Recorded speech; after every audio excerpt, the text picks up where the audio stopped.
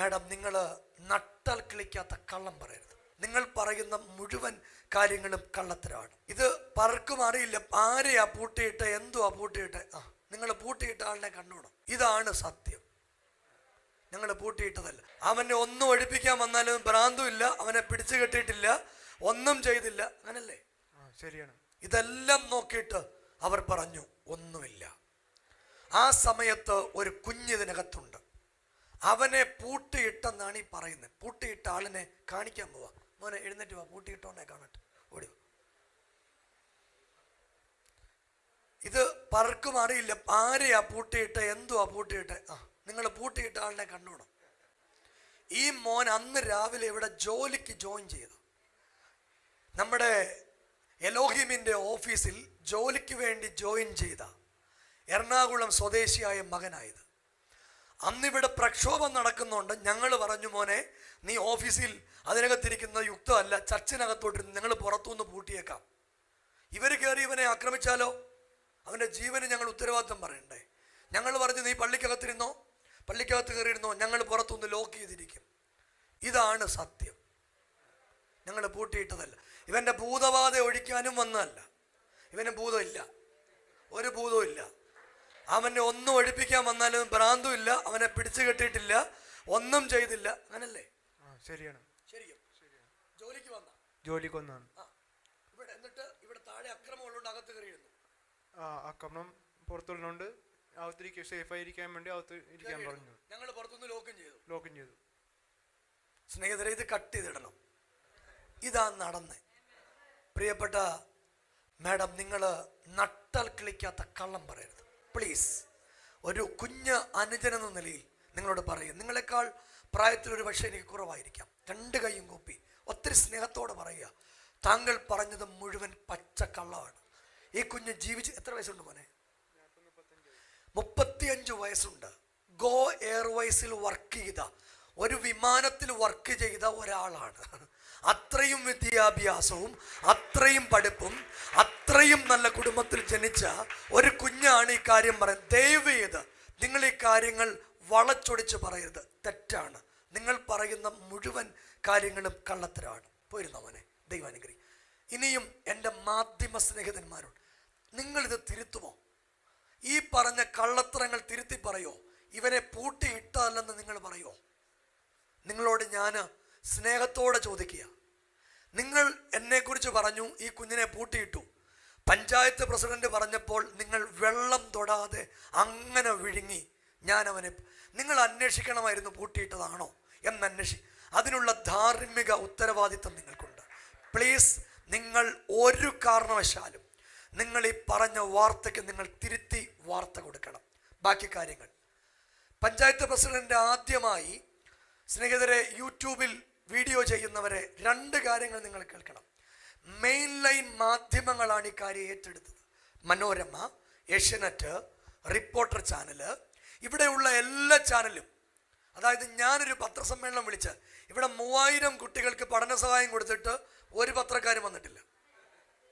ഇല്ല. അത് നിങ്ങളുടെ ധാർമ്മിക ഉത്തരവാദിത്വം.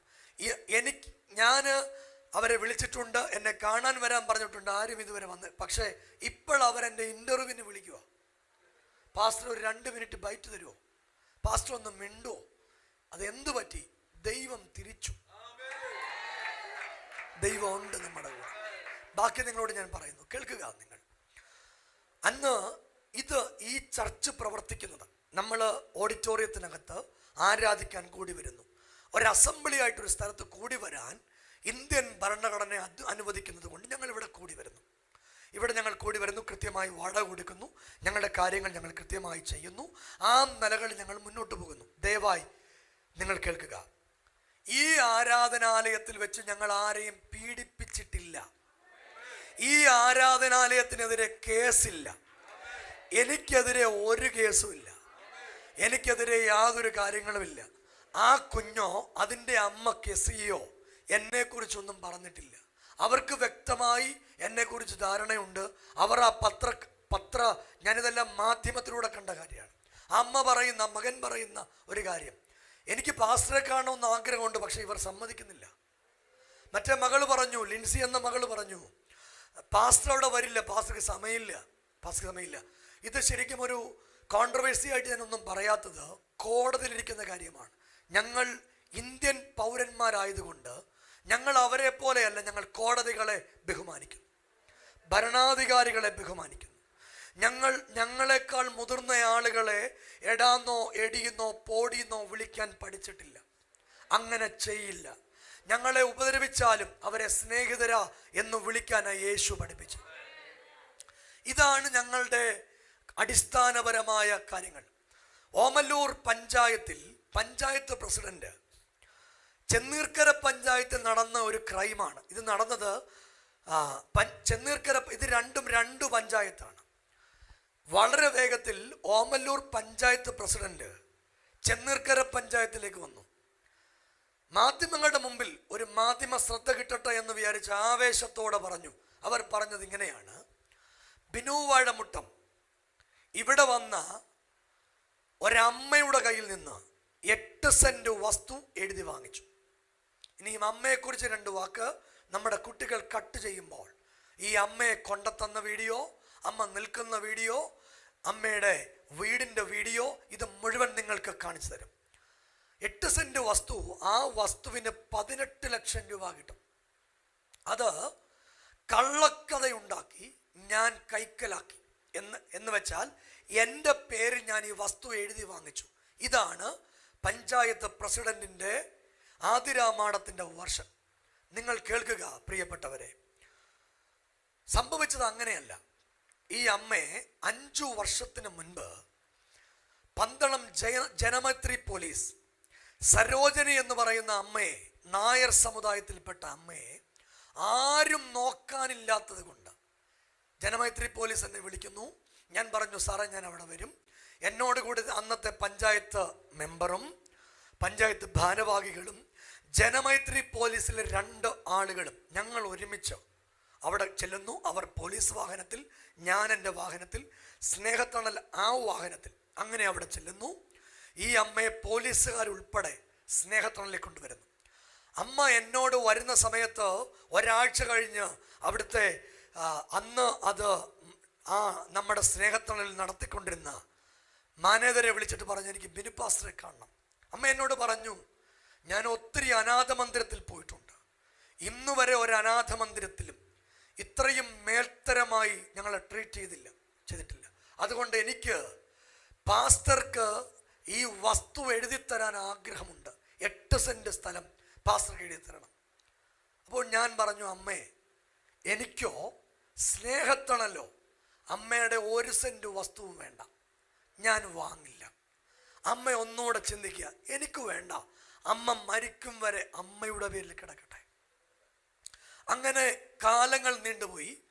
കൃത്യം 1 വർഷം കഴിയുമ്പോൾ വീണ്ടും ഒരു ഫംഗ്ഷന് ഞാൻ അവിടെ ചെല്ലുമ്പോൾ അമ്മ എന്നെ മാറ്റി നിർത്തി പറഞ്ഞു, എന്നെ മോനെ എന്നാ വിളിക്കുന്നത്, മോനെ ഞാനന്ന് വസ്തുവിൻ്റെ കാര്യം പറഞ്ഞില്ലേ, ഞാൻ ഒത്തിരി സേഫായി. ഈ അമ്മയ്ക്ക് ഇഷ്ടമുള്ള ഫുഡ് കൊടുക്കാൻ പ്രത്യേകം അവിടെ ഞാൻ പറഞ്ഞിട്ടുണ്ട്. അമ്മയ്ക്കല്ല, എല്ലാവർക്കും അവരവർക്ക് ഇഷ്ടമുള്ള ഫുഡ് കൊടുക്കണം എന്ന് പറഞ്ഞിട്ടുണ്ട്. ആ വീഴ്ചകളൊക്കെ ഞാൻ അഡ്രസ്സ് ചെയ്യില്ല എന്ന് നിങ്ങൾ വിചാരിക്കരുത്, അതിന് ഞാൻ അഡ്രസ്സ് ചെയ്യും. അതിനെക്കുറിച്ച് ഇത് കോടതിയിലിരിക്കുന്നത് കൊണ്ടാണ് ഞാൻ പലതും പറയാൻ എനിക്ക് വൈമുഖ്യമുള്ളത്. സ്നേഹിതരെ, എന്നെ വിമർശിക്കുന്നവരെ, ഞാൻ വിമർശനത്തിന് അധീനനല്ല. നിങ്ങൾക്ക് എന്നെ വിമർശിക്കാം, നിങ്ങൾക്ക് ചോദ്യം ചെയ്യാം. എൻ്റെ പേരിൽ കേസുണ്ടെങ്കിൽ ഈ രാജ്യം തരുന്ന ഏത് ശിക്ഷയും ഞാൻ അനുഭവിക്കും. അതിന് ഞാൻ ബാധ്യസ്ഥനാണ്. സ്നേഹിതരെ, എൻ്റെ പേരിൽ അങ്ങനത്തെ യാതൊരു കേസുകളും ഇന്നുവരെ ഇല്ല. നിങ്ങളത് മനസ്സിലാക്കുക പ്ലീസ്. ഞാൻ തുടരുകയാണ്. ഈ അമ്മ ആവശ്യപ്പെട്ടപ്പോൾ ഞാൻ അമ്മയോട് പറഞ്ഞു, അമ്മേ എനിക്ക് പ്രാർത്ഥിച്ച അമ്മയോട് പറയാൻ ഒരു വാക്ക് മാത്രമേ ഉള്ളൂ. അമ്മ മരിക്കും വരെ അമ്മയുടെ പേരിൽ കിടക്കട്ടെ, അതിനുശേഷം അത് നമുക്ക് അർഹരായവർക്ക് കൊടുക്കാം. അപ്പോൾ എന്നോട് പറഞ്ഞു, വേണ്ട, എനിക്ക് അവകാശമില്ലാത്തതുകൊണ്ട് ബന്ധുക്കൾ അതെടുക്കും, അവർക്ക് കൊടുക്കരുത്. എന്നെ ആരും നോക്കിയിട്ടില്ല, എനിക്ക് 1 ഗ്ലാസ് വെള്ളം ആരും തന്നിട്ടില്ല. നിങ്ങൾ ഒരു കാര്യം കേൾക്കണം, നമുക്ക് ഒരമ്മയെ നോക്കാൻ പ്രയാസമാണ്. ആ സമയത്ത് ഇത്രയും ആളുകളെ നോക്കാൻ ഭയങ്കര പ്രയാസമാണ്. ഞാൻ അവരുടെ മലമൂത്ര വിസർജനം എടുത്തിട്ടുള്ള പാസ്റ്ററാ, അവരെ കുടിപ്പിച്ചിട്ടുള്ള പാസ്റ്ററാ. അവർക്ക് അവരുടെ കഫം എൻ്റെ കയ്യിൽ നിന്ന് എടുത്ത്, ക്യാൻസറുള്ള അമ്മയുടെ കഫം എൻ്റെ കൈകൊണ്ടെടുത്ത് വെളിയിൽ കളഞ്ഞിട്ടുള്ള പാസ്റ്റർ. വിമർശിക്കുമ്പോൾ ഇത്രയും കൂടെ ഒക്കെ ഒന്ന് കേട്ടിട്ട് വിമർശിക്കാവൂ എന്ന് നിങ്ങളെ സ്നേഹത്തോട് ഓർപ്പിക്കുക. അങ്ങനെ സരോജിനി അമ്മയുടെ ഈ വസ്തു പന്തളത്ത് തന്നെയുള്ള സ്വന്തമായി വസ്തു ഇല്ലാത്ത ഒരമ്മയ്ക്ക് എഴുതി കൊടുത്തു. എൻ്റെ പേരിലല്ല, മറ്റൊരാളുടെ പേരിലാണ്. അപ്പൊ താങ്കൾ പറഞ്ഞത് നട്ടാൽ കുരുക്കാത്ത കള്ളം, കള്ളൻ നമ്പർ 3. താങ്കൾ പറഞ്ഞത് മുഴുവൻ കള്ളമാണ്. 4ാമത്തെ കള്ളം, ഞങ്ങളവിടെ പാല് വാങ്ങുന്നില്ല. ഞങ്ങളവിടെ പാല് വാങ്ങാൻ വേണ്ടി കൊടുക്കുന്ന പണമാണിത്. പാല് വാങ്ങാൻ വേണ്ടി നിങ്ങളിത് നോക്കുക. ഇതെല്ലാം ഞങ്ങൾ പറഞ്ഞു, ഇതിനാൽ ഞങ്ങൾക്ക് എവിഡൻസ് ഉണ്ട്. താങ്കൾ ഈ പറയുന്ന പോലെ മാധ്യമത്തെ കാണുമ്പോൾ ആവേശത്തോടെ ഞങ്ങൾ പറയുകയല്ല, ഇത് മുഴുവൻ ഞങ്ങളുടെ കയ്യിൽ എവിഡൻസ് ഉണ്ട്. ഇങ്ങനെയാണ് നിങ്ങൾ ഏതെങ്കിലും ഒരു സ്ഥാപനത്തിൽ ഇങ്ങനെ ചെയ്യുമെന്ന് നോക്കിക്കൊള്ളുക. ഇത്രയും രൂപയുടെ പാലാണ് ഞങ്ങൾ വാങ്ങിക്കൊടുക്കുന്നത്. അതുപോലെ അവിടെ കൊടുക്കേണ്ട കാര്യങ്ങൾ. ഇവിടെ ഈ പത്രസമ്മേളനത്തിൽ മറ്റൊരു കുട്ടിയുണ്ട്. ഞാൻ ആ കുട്ടിയെക്കുറിച്ച് പറയാൻ ആളല്ല. മദ്യപിക്കുന്ന, ലഹരി ഉപയോഗിക്കുന്ന ആണും പെണ്ണുമൊക്കെ ഉള്ള നാടാണ്. എല്ലാ എവിഡൻസും എൻ്റെ കയ്യിലുണ്ട്. ദയവ് ചെയ്ത് ഞാൻ ആരെയും താഴ്ക്കാൻ ശ്രമിക്കില്ല. ഇനിയും എനിക്ക് എന്തെങ്കിലും വീഴ്ച വന്നാലും അത് ഞാൻ പുറത്തു പറയില്ല. അതെൻ്റെ സ്വഭാവമാണ്. ഞാൻ ഇന്നൊരു അധികാരത്തിലുള്ള ഒരാളോട് പറയുമ്പോൾ എന്നോട് ചോദിച്ച് ഇന്നയാളെ പൂട്ടരുതോ, ഞാൻ പറഞ്ഞു സാറേ ഞാൻ ചെയ്യില്ല. ഇല്ല, അത് ചെയ്യേണ്ടത് ദൈവമാണ്, ഞാൻ ചെയ്യില്ല. ബഹുമാനപ്പെട്ട പഞ്ചായത്ത് പ്രസിഡന്റ് ആതിര മാഡമേ, നിങ്ങളോട് ഞങ്ങൾക്ക് ഒരു വൈരാഗ്യമില്ല. ഈ എലോഹിമിലിരിക്കുന്ന ഒരാളോടും ഒരു വൈരാഗ്യമില്ല. എല്ലാ യൂട്യൂബേഴ്സിനോടും, എല്ലാ വാർത്ത കൊടുത്തിട്ടുള്ളവരോടും, എല്ലാ മുഖ്യധാര മാധ്യമങ്ങളോടും പറയുക, നിങ്ങൾ ഈ പറഞ്ഞതൊക്കെ നിങ്ങളൊന്ന് തിരുത്തി പറയണം. ഈ ക്രൈം ഒന്നും നടന്നത് എലോഹിമിലല്ല. ഇവിടെ ക്രൈം നടന്നിട്ടില്ല. എന്തെങ്കിലും ക്രൈം നടന്നിട്ടുണ്ടെന്ന് കോടതി തെളിയിച്ചാൽ അത് എവിടെയാണെന്ന് അന്ന് കോടതി പരാമർശത്തിൽ ഒരു പത്രസമ്മേളനം നിങ്ങളുടെ മുമ്പിൽ നടത്തും.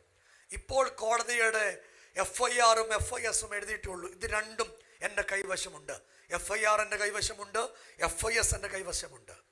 ഈ 2 കാര്യങ്ങൾ അവർ പറഞ്ഞു കൊടുത്ത മൊഴി, അവർ പോലീസ് കൊടുത്തത്, ഇട്ടിരിക്കുന്ന കാര്യങ്ങൾ, ഇതിനെക്കുറിച്ചെല്ലാം വ്യക്തമായ ബോധ്യം എൻ്റെ കയ്യിലുണ്ട്.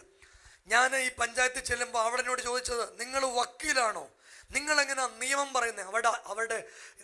അവിടെയുള്ള ആളുകളുടെ ദേഷ്യം ഇതാണ്, നിങ്ങൾ വക്കീലാണോ? നിങ്ങളെങ്ങനെ നിയമം പറയുന്നേ? നിങ്ങൾ VNS എങ്ങനെയാ പറയുന്നേ? നിങ്ങൾക്കിതിനെക്കുറിച്ച് എങ്ങനെ അറിവുള്ളത്? ഞാൻ ഇന്ത്യൻ പൗരനായതുകൊണ്ട് എനിക്കിതിനെക്കുറിച്ച് അറിവുണ്ട്. ഞാൻ വായിക്കുന്ന ആളാണ്. ഇതിനെക്കുറിച്ച് എനിക്ക് ഭയങ്കര ബോധ്യമുണ്ട്. ഇന്ന് രാവിലെ ഏതൊരു യൂട്യൂബർ പറയുന്ന കേട്ടു, ഞാൻ പണ്ട് ഷാപ്പി നിൽക്കുമായിരുന്നു. സ്നേഹിത, ഷാപ്പി ഞാൻ പോയിട്ടുണ്ട്. ചെങ്ങന്നൂർ ഷാപ്പ് എടുത്ത് ആരാധന നടത്തിയപ്പോൾ ആദ്യമായിട്ട് ലൈഫിൽ ഷാപ്പിൽ കയറുന്നു. ഞാൻ അതിന് മുമ്പോ പിൻപോ ഒരു ഷാപ്പിലും കയറിയിട്ടില്ല. ഷാപ്പിൽ ഞാൻ പോയിട്ടില്ല. ഇവർ വിചാരിച്ചത് ഒരു വലിയ വിവാദം ഉണ്ടാക്കാം എന്നാ നിങ്ങൾ വിവാദമുണ്ടാക്കാൻ ശ്രമിച്ച ആളുകളെ ഒക്കെ എനിക്ക് ബോധ്യമുണ്ട്. ഞാനിതെല്ലാം ഒന്ന് കെട്ടടങ്ങി ഇവരുമായിട്ട് മാധ്യമത്തിൻ്റെ മുമ്പിൽ വരും. ഇവരുമായിട്ടെല്ലാം മാധ്യമത്തിൻ്റെ മുമ്പിൽ വരും. ഇവർ മാക്സിമം കടഞ്ഞു പരിശ്രമിച്ചത് എന്തെങ്കിലും ഒരു പെണ്ണ് കേസ് കിട്ടാൻ പറ്റുമെങ്കിൽ അതിനുവേണ്ടി ഒത്തിരി ആളുകളെ വെറുതെ ബുദ്ധിമുട്ടുണ്ടാകട്ടോ, ഒന്നും നടക്കില്ല. ദയവ് ചെയ്ത് ഇങ്ങനെ 1000 കാര്യങ്ങൾ അവർ മുന്നോട്ട് കൊണ്ടുപോവുകയാണ്. ഞാൻ 2 കാര്യങ്ങളുടെ ഇതിനോട് ചേർത്ത് പറയാൻ ആഗ്രഹിക്കുകയാണ്. നിങ്ങൾ കേൾക്കണം. ഞങ്ങൾ ഒരു വർഷം 3000 കുഞ്ഞുങ്ങളെ പഠിപ്പിക്കും. സ്നേഹിതരെ, താങ്കൾക്ക് ഈ വർഷമല്ല, ഈ വയസ്സിനോടിടയിൽ ഒരു കുഞ്ഞിനെ പഠിപ്പിക്കാൻ പറ്റുമോ? ഒരു കുഞ്ഞിനെ പോലും പഠിപ്പിക്കാൻ പറ്റാത്ത നിങ്ങളാണ് ഇത്രയും കുഞ്ഞുങ്ങളെ പഠിപ്പിക്കുന്ന എന്നെ വിമർശിക്കുന്നത്. 2, ഒരമ്മയെപ്പോലും നോക്കാത്ത നിങ്ങൾ ഇത്രയും അമ്മമാരെയും അതിൽ ഒരു യൂട്യൂബറിന് സ്പെഷ്യൽ സല്യൂട്ട് കൊടുക്കണം. അത് ഞങ്ങൾ ഇങ്ങനെയാണ് എന്ന് സീതത്തോട് കേന്ദ്രീകമായി പ്രവർത്തിക്കുന്ന. അതെങ്ങനെ അവിടെ എന്തോ അവിടെ അങ്ങനല്ലേ യൂട്യൂബ് ചാനലിൻ്റെ പേര്? ഞങ്ങൾ, അതല്ലേ ഞങ്ങൾ ഇങ്ങനെയാണ് എന്ന് പറയുന്ന ഒരു യൂട്യൂബ് ചാനൽ. അവിടെ കുഞ്ഞിൻ്റെ ജന്മദിനം നടത്തിയത് സ്നേഹത്തിനല്ല.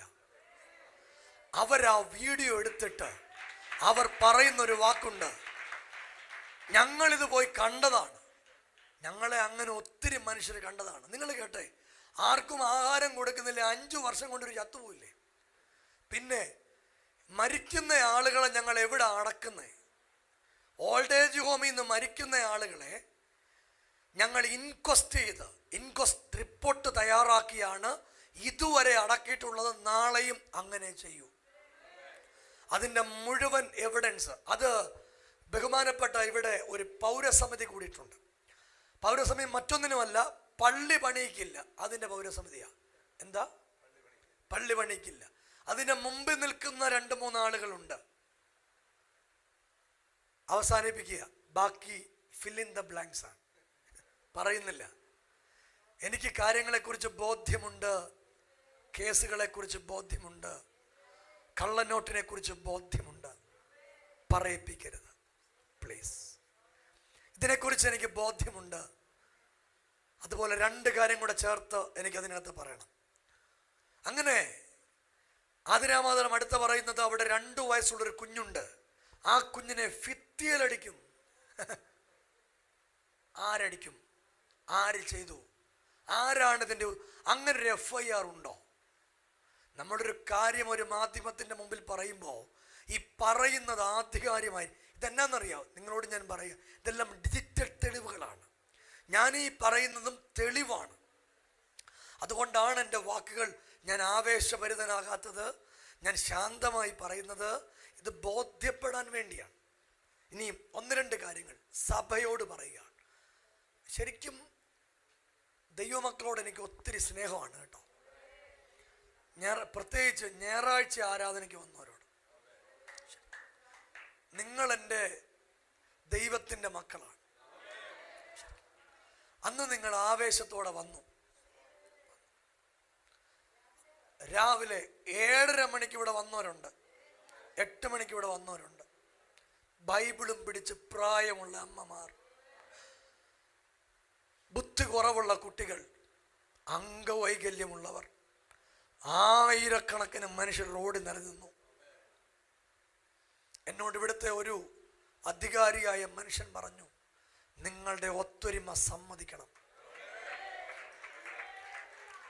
ഞാനൊരു കാര്യം കൂടെ പറയട്ടെ, ദൈവദാസന്മാരെ, ദൈവമക്കളെ, എന്നെ സോഷ്യൽ മീഡിയയിൽ കേൾക്കുന്നവരെ, ഇവിടെ ഇങ്ങനൊക്കെ പ്രശ്നം നോർത്ത് ഇന്ത്യയിൽ എന്താ സംഭവിക്കുന്നത് നിങ്ങൾക്കറിയാം. നോർത്ത് ഇന്ത്യയിൽ ഒരു പള്ളിയിൽ കയറിയാൽ ആരും കൂടെ വരത്തില്ല, ആരും കൂടാനുണ്ടാവില്ല. ഇവിടെ അങ്ങനെ അല്ല.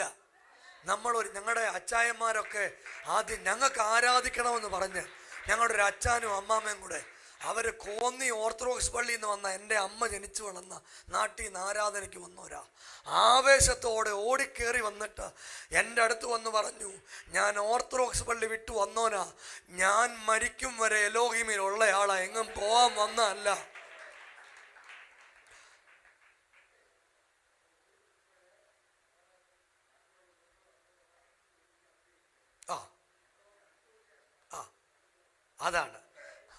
അതായത് പ്രിയപ്പെട്ട ബീച്ചാൻ, അദ്ദേഹം നമ്മുടെ ഈ സങ്കടാവസ്ഥ അറിഞ്ഞിട്ട് ഗൾഫിൽ നിന്ന് വന്ന ഒരാമയും പറഞ്ഞേ. നിങ്ങൾ കേട്ടോ? ഗൾഫിൽ അവിടെ ബിസിനസ് ചെയ്യുന്ന മനുഷ്യനാ. അത് നമ്മുടെ സങ്കടാവസ്ഥ അറിഞ്ഞ് ഗൾഫിൽ നിന്ന് നാട്ടിൽ വന്ന. നാട്ടിലുള്ളവരുണ്ടായിരുന്നു, അവർക്കന്ന് പനിയായിരുന്നു. അമ്മയ്ക്ക് അന്നത്തെ ദിവസം അമ്മയ്ക്ക് തലകറക്കം ഉണ്ടായി, അന്നുണ്ടാവും. ഇതൊക്കെ ഞങ്ങൾക്ക് അറിയില്ലേ അച്ഛാ? അറിയില്ലേ? ഈ ഇവിടുത്തെ ശക്തികളോട് പറയുന്ന പോലെ ഞാൻ പറയുക, ഞങ്ങളും അരിയാഹാരം കഴിക്കുന്നവരാ ആണ്. പ്രത്യേകിച്ച് 25 വർഷമായി സുവിശേഷ വേല നിന്ന മനുഷ്യനാണ് ഞാൻ. ഇവിടെ പൗരസഭ നടത്തിയ ആൾ പറഞ്ഞു, കഴിഞ്ഞ 9 വർഷമായിട്ട് ഞങ്ങൾ ബിനു വാഴമുട്ടത്തെ പൂട്ടിക്കാൻ, ഇത് മാധ്യമത്തിൻ്റെ മുമ്പിലാ, ബിനു വാഴമുട്ടത്തെ പൂട്ടിക്കാൻ നടക്കുക. അമ്മ വിഷമിക്കാതിരുന്നേ, അമ്മ സങ്കടപ്പെടാതെ. എൻ്റെ അമ്മയ്ക്ക് ഭയങ്കര വിഷമം. ഇത് മാധ്യമത്തിൻ്റെ മുമ്പിൽ പറയുന്ന കാര്യമാണ്. കഴിഞ്ഞ 9 വർഷമായിട്ട് ഇങ്ങനല്ലേ വസ്ത്രേ? അതിന് മറുപടി പറയണം. സ്നേഹിത, മാനുഷികമാണെ പൂട്ടും. ഞാൻ നിങ്ങളോട് ഒരു കാര്യം പറയാം, യേശു നമ്മുടെ കൂടെ ഉണ്ട്. അതെങ്ങനെയാന്ന് പറയാം. ഞാൻ എറണാകുളത്തെ മീറ്റിംഗ് മെസ്സേജ് എടുക്കുമ്പോൾ അന്ന് വെളുപ്പിനെ മറ്റൊരു മെസ്സേജാണ് ഞാൻ തയ്യാറാക്കുന്നത്. ഞാൻ ഹാളിലേക്ക് കയറുമ്പോൾ പരിശുദ്ധാത്മാവ് എന്നോട് പറഞ്ഞു, മോനെ, മാനുഷികം തകരും, ദൈവികം നിൽക്കും. ആ ഞായറാഴ്ചയും ഇവിടെ പ്രസംഗിച്ച ഞാൻ അതാ. അമ്മേ, നമ്മൾ മാനുഷികമായിരുന്നെങ്കിൽ തകർന്നേനെ. ദൈവികം കൊണ്ടാണ് നിൽക്കുന്നത്. ഇന്ന് വരെ നിന്നത് വന്നത് കൃപ. ഞാൻ ഒന്ന് രണ്ട് കാര്യം കൂടെ പറയട്ടെ. BJP പ്രത്യയശാസ്ത്രത്തെ വിശ്വസിക്കുന്ന ഒരു പറ്റം അമ്മമാർ കഴിഞ്ഞ ദിവസം യാത്ര ചെയ്യുമ്പോൾ എന്നെ കണ്ടിട്ട് വണ്ടിക്ക് കൈ കാണിച്ചു. ഞാൻ ഇറങ്ങി വന്നപ്പോൾ പറഞ്ഞു, പാസ്റ്ററെ, നിങ്ങളോട് ഞങ്ങൾക്ക് ഭയങ്കര സ്നേഹം കേട്ടോ. നിങ്ങൾ ആടെ ഒന്നിനും അടിയറ വെക്കല്ല. അവർ ഈ ഇതിൽ വിശ്വസിക്കുന്ന ആളുകളാണ്. എന്നോട് പറഞ്ഞു, ഞങ്ങൾ തീവ്രമായി ഈ പ്രസ്ഥാനത്തെ വിശ്വസിക്കുന്നവരാ, പക്ഷെ ആരാധന അടയാൻ ഞങ്ങൾ സമ്മതിക്കില്ല. അവരുടെ വാക്കുകളാണ്. അങ്ങനെയുള്ള നല്ല അമ്മമാർ ഇവിടെയുണ്ട്. അമ്മമാരെ, സംഘടനാ ബോധ്യമില്ലാതെ, ജാതിയില്ലാതെ, മതമില്ലാതെ ഞങ്ങളോട് ചേർന്ന് നിൽക്കുന്ന നിങ്ങൾക്ക് എല്ലാവർക്കും ഹൃദയത്തിൻ്റെ ഭാഷയിൽ ഒരു സ്നേഹം. അതുപോലെ നിരവധി അച്ഛന്മാർ, നിരവധി ബിഷപ്പന്മാർ, നിരവധി തിരുമേനിമാർ, നിരവധി പാസ്റ്റർമാർ, ഇന്ന് കേരളത്തിലുള്ള പാസ്റ്റർ MA വർഗീസ് ഉൾപ്പെടെ. ഇന്നലെ രാത്രി MA വർഗീസ് പാസ്റ്റർ പറഞ്ഞു, നിരന്തരമായി പാസ്റ്ററെ വിളിക്കുകയായിരുന്നു, കിട്ടാത്തതുകൊണ്ട് ഞാനൊരു വോയിസ് ഇടുക. ഞങ്ങൾ കൂടെയുണ്ട്, ദൈവം കൂടെയുണ്ട്. ഞാൻ ഒരു പടിയുടെ ദൈവത്തിന് മുമ്പിൽ താഴ്ന്നുകൊണ്ട് പറയുക, യേശു നമ്മുടെ കൂടെ ഉണ്ട്. എല്ലാവരും നമ്മൾ തകരുമെന്നൊക്കെ വിചാരിച്ചു, ദൈവം നമ്മളെ നടത്തി. ഇത്രയും പറയുമ്പോഴും സ്നേഹത്തണലിനെ കുറിച്ചൊരു വാക്ക് പറയാതെ പോകുന്നത് ശരിയല്ല. അവിടെ ആരെങ്കിലും ആ കുഞ്ഞിനെ ഉപദ്രവിച്ചിട്ടുണ്ടെങ്കിൽ ഒരു കാരണവശാലും ഉപദ്രവിച്ചവരുടെ കൂടെ ഞങ്ങൾ നിൽക്കില്ല. ഇല്ല, അത് അസന്നിഗ്ധമായി ഒരിക്കൽ കൂടെ പറയുക, അവിടെ കൂടെ നിൽക്കില്ല. അത് ഇവിടെ അല്ല നടന്നിട്ടുണ്ടെങ്കിൽ ഇവിടെ അല്ല. മാധ്യമ സ്നേഹിതർ തിരുത്തണം. എലോഹിം ഗ്ലോബൽ വർഷിപ്പ് സെന്റർ അല്ല, സ്നേഹത്തണലിലാണ്. ഓക്കെ, ഗ്ലോബൽ വർഷിപ്പ് സെന്ററിൽ നടക്കാത്ത ഒരു കാര്യം, നിങ്ങൾ എന്തിനാണ് മനഃപൂർവ്വമായി ഈ ചർച്ചിൻ്റെ പേര് പറയുന്നത്? സ്നേഹത്തണലിൻ്റെ പേരില്ലേ? എന്താണ് നിങ്ങൾ സ്നേഹത്തണലിൻ്റെ പേര് ഉപയോഗിക്കാത്തത്? അല്ല എൻ്റെ വീടിൻ്റെ പേര് ഉപയോഗിക്കാത്തത്? ഇനിയും ഇവിടുത്തെ ശക്തികളോട്, ഞങ്ങളെ തകർക്കാൻ വരുന്ന ശക്തികളോട് രണ്ട് വാക്ക്. ഒന്ന്, അവർ ഒരിക്കൽ പോലും ചെന്നീർക്കര പഞ്ചായത്തിൽ ഒരു സമരം നടത്തിയിട്ടില്ല. സമരം നടത്തിയത് ഇവിടെയാ. 3 രാത്രികൾ കൊടി പിടിച്ചു വന്നു. ഓക്കെ, സ്വാഭാവികം ആകാം. അടുത്ത സമരം നടത്തിയത് ഞാൻ വാടകയ്ക്ക് താമസിക്കുന്ന വീട്ടിൽ, അതും സമ്മതിക്കാം. അടുത്ത സമരം നടത്തിയത് എൻ്റെ സ്വന്തം വീടായ വാഴമുട്ടത്തും സമരം നടത്തി. അത് തകർക്കാനല്ലേ സ്നേഹിത? ഞാനിവരെ ഈ സമരം നടത്തുമ്പോഴും ഞാൻ അവിടെ ഇടയ്ക്ക് അവരെന്നെ കൈ കാണിക്കുന്നു. എനിക്കെല്ലാവരെയും പരിചയമാണ്, ഇവരെല്ലാം എനിക്ക് പരിചയമാണ്. ശരിക്കും എനിക്ക് മുദ്രാവാക്യം വിളിക്കുന്നത് എനിക്കെതിരെയാണെന്നറിയില്ല. അവർ മുദ്രാവാക്യമൊക്കെ വിളിക്കുന്നുണ്ട്, പക്ഷേ എനിക്കെതിരെയാണെന്ന് എനിക്കറിയില്ല. ശരിക്കും അവരെന്നെ കാണുന്നു. അപ്പോഴാണ് മാധ്യമം പറയുന്നത് ബിനു വാഴമുട്ട ഒളിവിൽ. ഞാൻ അവരുടെ കൂടെ ഉണ്ട്. ഞാനങ്ങ് ഒളിവിൽ പോയിട്ട് ഇന്ന് വരെ ഒളിവിൽ പോയില്ല. ദൈവം എനിക്ക് ഒളിവിൽ പോകാൻ സംഗതി ഒരുക്കത്തുമില്ല. ഇല്ല. ഒന്നൂടെ ഇവിടുത്തെ മറുനാടൻ സാധന അവറുകൾ ഉൾപ്പെടെ ഒളിവിൽ പോയ ആളുകളാണ്. ഞാൻ ഒളിവിൽ പോയിട്ടില്ല, ഒളിവിൽ പോകത്തുമില്ല. ഞാൻ ദൈവത്തെ സേവിക്കാൻ എന്നെ ദൈവം തിരഞ്ഞെടുത്ത. ഞാൻ അതൊക്കെ തിരുത്തുക നിങ്ങളുടെ മുൻപിൽ. എൻ്റെ കുഞ്ഞുപ്രായം മുതൽ എനിക്കൊരു ചെറിയ കുഴപ്പമുണ്ട്. കരയുന്ന ഒരാളെ കണ്ട കൂട്ടും. കുഴപ്പമാണ് എൻ്റെ എന്നാ വിചാരിക്കുന്നത്. അതൊരു വലിയ കുഴപ്പമാണ്. അങ്ങനെ പഠിക്കാൻ നിവർത്തിയില്ലെങ്കിൽ ഇച്ചിരി പ്രായമായ കുഞ്ഞുങ്ങളാണ്, അവരെ വിളിച്ചുകൊണ്ട് വീട്ടിൽ നിർത്തും, അന്നം കൊടുക്കും, വസ്ത്രം കൊടുക്കും. അങ്ങനെ കൊണ്ടുവന്ന ആയിരക്കണക്കിന് കുഞ്ഞുങ്ങളെ ജോലിയാക്കി വിവാഹം കഴിപ്പിച്ച് അവർ രാജ്യത്ത് പല രാജ്യങ്ങളിൽ താമസിക്കുന്നുണ്ട്.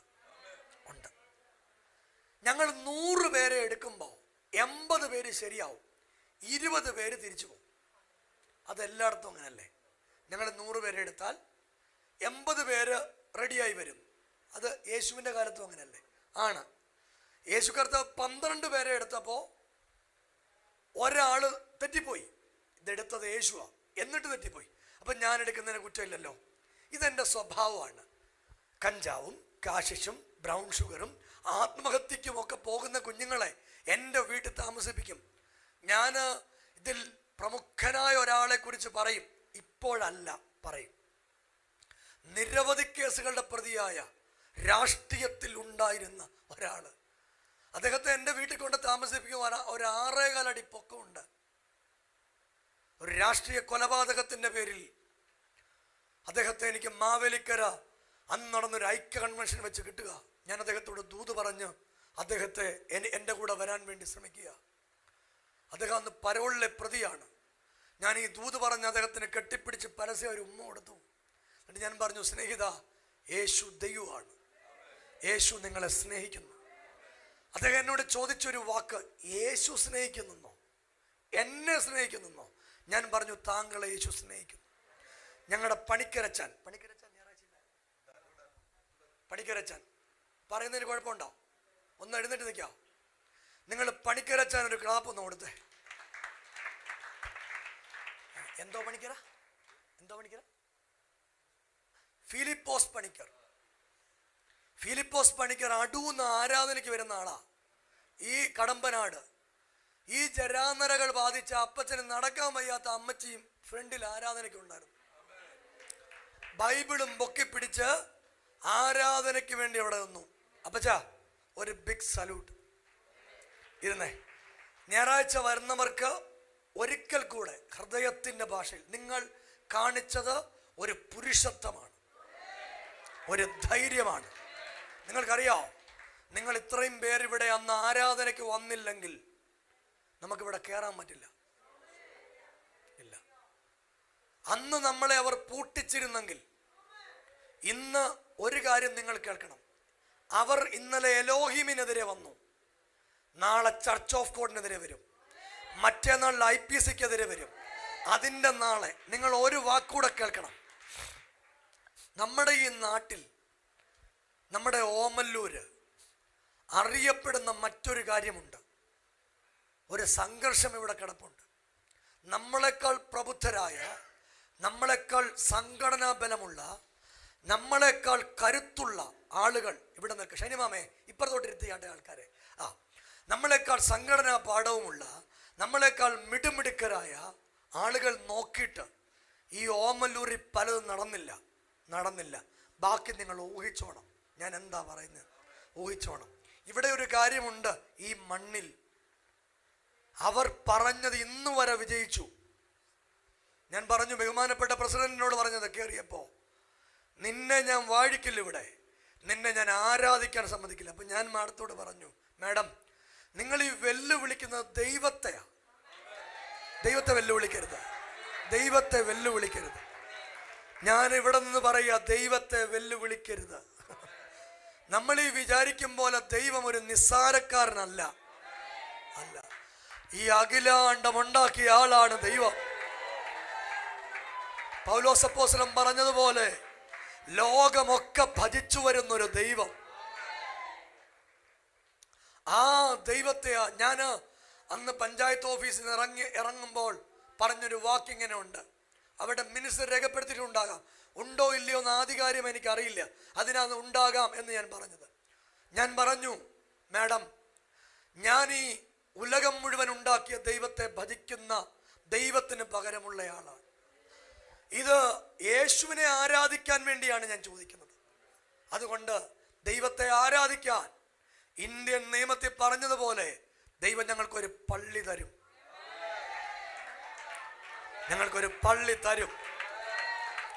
ഞങ്ങൾ ആ പള്ളിയിൽ ദൈവത്തെ ആരാധിക്കും. ശുഭപ്രതീക്ഷയോടെ ദൈവരാജ്യത്തിന് വേണ്ടി നിൽക്കുന്ന പ്രിയരെ, നിങ്ങളെല്ലാവരെയും ദൈവം അനുഗ്രഹിക്കട്ടെ എന്ന് വളരെ ആത്മാർത്ഥമായി നിങ്ങൾക്ക് എല്ലാവർക്കും വേണ്ടി പ്രാർത്ഥിക്കുകയാണ്.